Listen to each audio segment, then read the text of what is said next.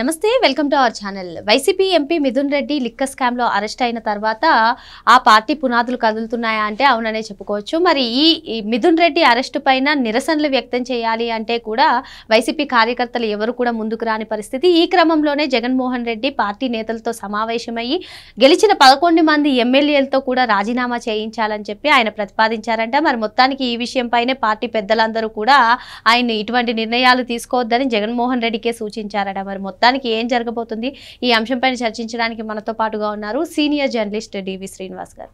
నమస్తే సార్. నమస్తే.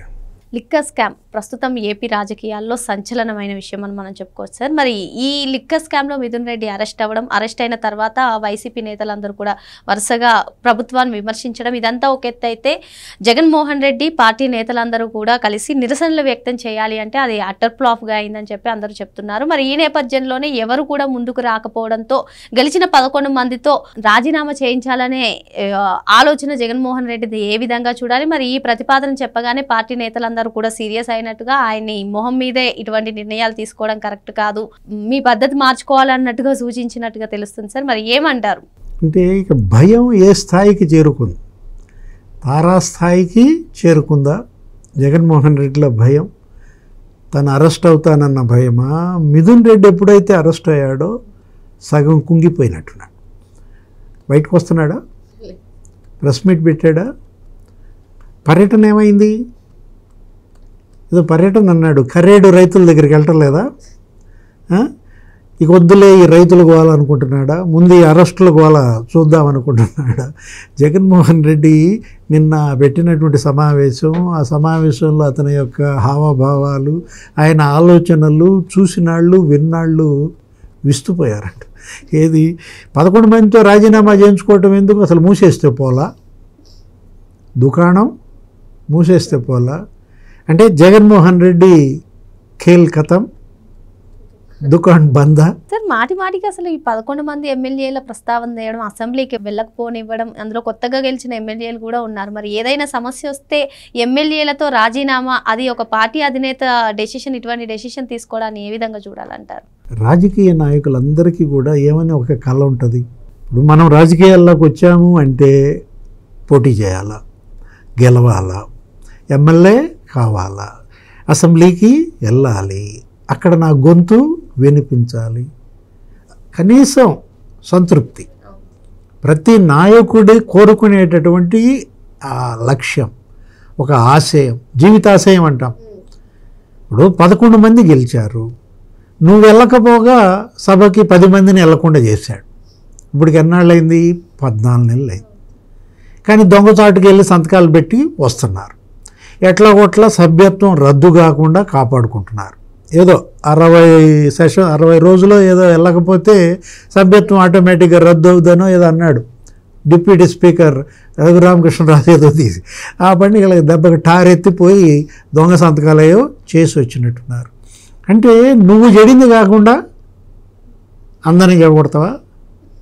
ఇప్పుడు నీ కోసం మిగతా 10 మందిని బలి తీసుకోవటం అంటే, వాళ్ళు అన్నారంటే ఏమనాలో తెలియక, ఏమంటే ఇప్పుడు 11 మందిని రాజీనామా చేసినా మరి అందరం గెలవం కదా, మరి ఒకళ్ళు 4-5 ఓడిపోయినా కానీ ఏంటి మరి అది కాస్త మనకి బూమరాంగ్ అవుద్ది అని.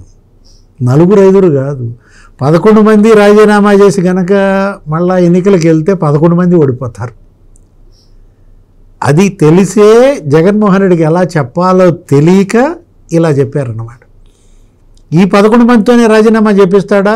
ఆ ఎంపీలు ఉన్నారు, ఎవరు 4, వాళ్ళని రాజీనామా చేయించడా? ఆల్రెడీ ఒకటి జైలుకి వెళ్ళినట్టున్నాడు, ఇంకొకటి జైలు పిలుస్తోంది అనుకుంటా. ఎవరు? మిథున్ రెడ్డి వెళ్ళినట్టున్నాడు. మరి అవినాష్ రెడ్డి పైన ఎలాడుతోందా కత్తి? సుప్రీంకోర్టు అదేదో వాయిదా వేసినట్టుందా బెయిల్ రద్దు అనేది. ఇంకా మిగిలింది లింగులిటుకమంట 2 ఎంపీలు.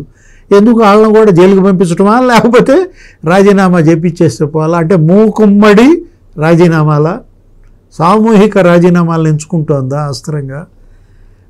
అయిపోయింది. జగన్మోహన్ రెడ్డి రాజకీయానికి ఇక ముగింపు తెరపడింది అన్నమాట. కాలం చెల్లింది. అంటే అవుట్డేటెడ్ పొలిటీషియన్గా మిగిలాడు, అవుట్డేటెడ్ పార్టీగా మారింది.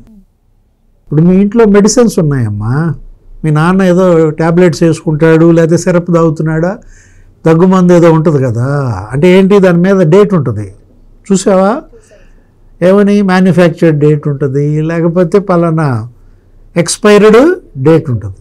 ఇప్పుడు ఇది ఎక్స్పైర్డ్ మెడిసినా? వైఎస్ఆర్ కాంగ్రెస్ పార్టీ వాళ్ళ ఎక్స్పైర్డ్ పార్టీయా అని అడుగుతున్నా. 11 మంది రాజీనామాలంటే ఎక్స్పైర్డే కదా, అంటే రిప్ ఆయక. సరే, ఏదైనా రాజకీయ పార్టీకి ఒడిదుడుకులు, గెలుపోవటంలు ఇవన్నీ కూడా సహజం. కానీ పార్టీ విపత్కర పరిస్థితుల్లో ఉన్నప్పుడు పార్టీ అధినేతగా జగన్మోహన్ రెడ్డి తీసుకుంటున్నటువంటి నిర్ణయాలను ఏ విధంగా చూడాలి? ఇప్పుడు ఈ 11 మంది రాజీనామా కానివ్వండి, గతంలో ఆయన పర్యటనలు, అసలు ఒక పార్టీ అధినేతగా పార్టీ ఈ విపత్కర సమయంలో జగన్మోహన్ రెడ్డి తీసుకుంటున్నటువంటి నిర్ణయాలు ఏ విధంగా ఉన్నాయంటారు? ఆయన ఏమి నిర్ణయాలు తీసుకుంటాడు, ఆయనకి ఏం ఆలోచనలు వస్తాయి? అతను ఏంటి గాలిలో గెలిచాడు, గాలి డాష్ డాష్ అని మనం అనలేం. ఇప్పుడు ఆ రోజా అన్న భాష మనం ఏడ మాట్లాడతాం. అప్పుడు ఏంటి, పాదయాత్ర చేశాడు. పాదయాత్రలో అందరి తలల మీద చేతులు పెట్టాడు, బుగ్గలు నిమిరాడు, గడ్డం పట్టుకున్నాడు, కాళ్ళు పట్టుకున్నాడు.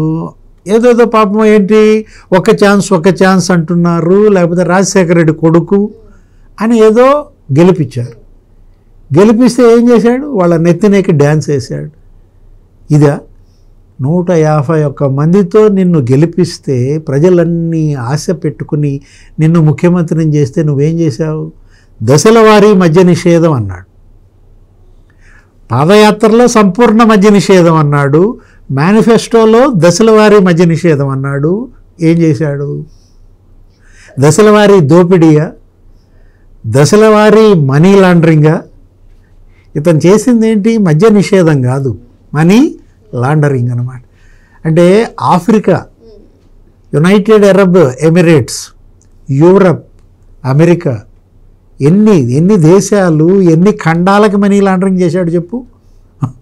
అమెరికా అదొక ఖండం, ఆఫ్రికా ఇంకో ఖండం, మన ఖండం ఆసియా, వాళ్ళ పిల్లలు వర్ష ఉండే ఖండం యూరప్. అంటే ఏదో 1-2 ఖండాలు వదిలేశాడంటావా? ఇవాళ ఖండాంతరాలకి వ్యాపించింది ఆంధ్రప్రదేశ్ అవినీతి కుంభకోణాలు. వీళ్ళు ఆఫ్రికాలో స్టీల్ ప్లాంట్ పెడతారట, ఎక్కడ, టాంజానియాలో. వీళ్ళు జింబాబ్వే, కెన్యాలో ఫుడ్ ప్రాసెసింగ్ ప్లాంట్స్ పెడతారంట. దుబాయ్లో వీళ్ళకు ఒక డెన్, ఆ డెన్ ఇన్ఛార్జ్ ఎవరో రాజీవ్ ప్రతాప్ అంట. అక్కడ ఒక కంపెనీలు పెట్టారంట, ట్రెక్కర్ లాజిస్టిక్స్. చూసావా, దానిలో కూడా పేరు మార్చారు. ప్రపంచ ప్రసిద్ధి గాంచిన బ్రాంచ్ అంట అది, ట్రక్కర్ ఏదో ఉంది. అక్కడ యూ అనేది ఎత్తి పారేసి ఈ పెట్టినట్టున్నారు. అంటే ఇక్కడ కూడా అదే కదా, ఇక్కడ ఏదో రాయల్ విస్కీ అని ఉందనుకో, మధ్యలో గోల్డ్ అనేది పెట్టాడంట, రాయల్ గోల్డ్ విస్కీ. అట్లా ఆ లేబులింగ్ మార్చి, అక్షరాలు మార్చి, ప్రజల కళ్ళు గప్పి ఎంత దోపిడీ చేశారు. జలగల్లాగా పీల్చారు, వాళ్ళ రక్తం జలగల్లాగా పీల్చారు. రక్తపు కూడిది, ఏ కూడు, రక్తపు కూడు అన్నమాట. లక్షల కోట్లు కొల్లగొట్టావే, ఇవాళ 1,00,000 మందిని చంపేశారు. రిపోర్టులు చూస్తుంటే మనకి బాధేస్తుంది. ఏది, ఆ సెర్ప్ ఇచ్చిన నివేదిక, డిఆర్డిఏ లేకపోతే ఎన్టీఆర్ వైద్య సేవ, అదే ఆరోగ్యశ్రీ, వాళ్ళు ఇచ్చిన నివేదికలు కనుక నువ్వు చూస్తే, వీళ్ళు అమ్మింది మద్యంగా, వీళ్ళు అమ్మింది విషం, కాలకూట విషం, స్లో పాయిజనింగ్. మనం ఏంటంటే అప్పుడు సెల్ఫీ వీడియోలు చూస్తే మనకి ఏంటోలే అనుకున్నాం. ఆ పుంగనూరు కుర్రాడు ఓం ప్రకాష్ ఏదో ఉంది, దీని మీద ఎంఆర్పి 140 ఉంది, 240కి అమ్మాడాడు అని చెప్పి బూతులు తిడుతూ, ఈ ఎంత తాగినా కిక్ ఎక్కట్లేదు, దద్దూర్లు వస్తున్నాయి, నాకు ఆయాసం వస్తుంది. 20 నిమిషాలు ఆయాసం అంట, ఒంటి నిండా దద్దూర్లంట, వాంతులంట. ఇది తాగితే అప్పట్లో వాళ్ళ యొక్క పరిస్థితులు. పురంధేశ్వరి అప్పుడు ఒక ఉద్యమం కూడా ఆమె చేపట్టింది. ఆమె అధ్యక్షురాలైన కొత్తల్లో ప్రతి షాపుకి వెళ్ళి ఆ షాపు దగ్గర బాటిల్స్ నేలకేసి కొట్టింది.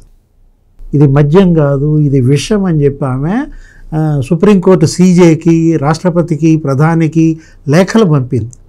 రఘురామకృష్ణరాజు ఈ మొత్తం శాంపిల్స్ టెస్టింగ్ పంపాడంట. చెన్నై ల్యాబ్కి. ఆ రిపోర్ట్ తొక్కి పెట్టారు. అంటే కిడ్నీ డిసీజెస్ 54% పెరిగింది, లివర్ డిసీజు 52% పెరిగింది.